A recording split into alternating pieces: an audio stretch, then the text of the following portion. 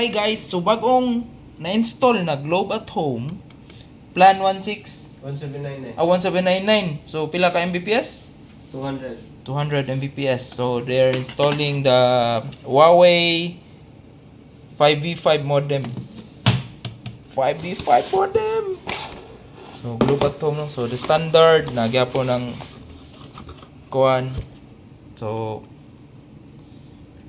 phone. So gumagamit ka na ng internet? Okay na internet? Ah. Okay na. Speed yun, 200 Mbps or more. And what's inside the box? A UTP cable, yan. Alright, so nahulog.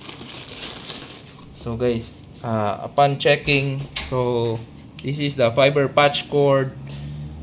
The customer is using the Wi-Fi, so there's the box panel, so installed.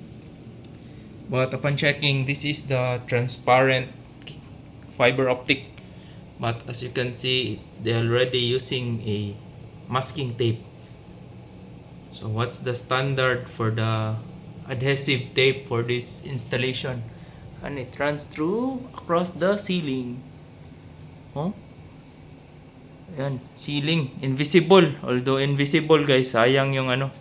Parang kitang-kita pa rin yung masking tape.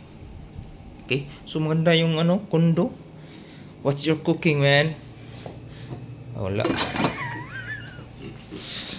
So yan, from TV, kept yung invisible fiber, ceiling, yan.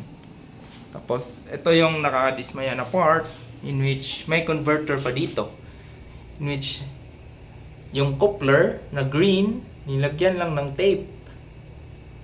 Aside from that, niloop lang yung fiber patch cord. Tapos naka-loop lang siya, masking tape pa rin yung ginagamit. Tapos yung invisible. So ito na yun, nag-converge yung invisible fiber then fiber patch cord. Then yung customer, binarinahan yung magandang door. Tapos check natin sa labas. Checking sa labas. So yun. Ito lumabas pala, inipit lang yung fiber patch cord dito. And still utilizing the tape before dito. Sa parang fiber ODF niya. Ito sa cable. Cable has lights. So dito pumasok yung fiber patch cord. Ito yung ano, parang na-damage nga. In-insert lang yung fiber. So kung may ganito kayong experience, dapat ireklamo nyo yung installer.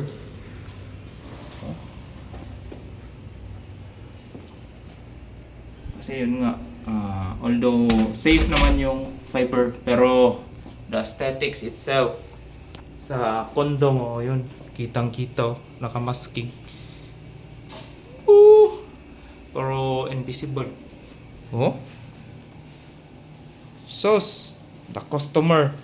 Tapos yun, kakaayos lang kasi nag-LOS to. Ilang days? Mga weeks ata. Weeks?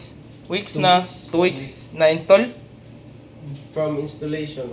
Okay. Tapos nag-LOS kailan? Di ko sure kay wala man ko diri Okay. after the installation. So, may nagstay din. yesterday lang na-discover yung ano, nag-LOS. Monday, Monday. Tapos, yun, pina-repair kanina, kaya Kahapon. Kapon. Kaya yun. Oh no. So guys, kung meron kayong reklamo regarding dun sa ano, installation, no? Although hindi siya visible sa current lighting ngayon, pero sayang yung ano mo, kondo kung lalagyan ng ganyan na tape. Bakit dyan pala sa gitna ng room? No? Gitna ng room, no? Diyan lang nilagay yung modem dun. Ay, wala ring power dito kasi. So yun. Yan, no? Installation.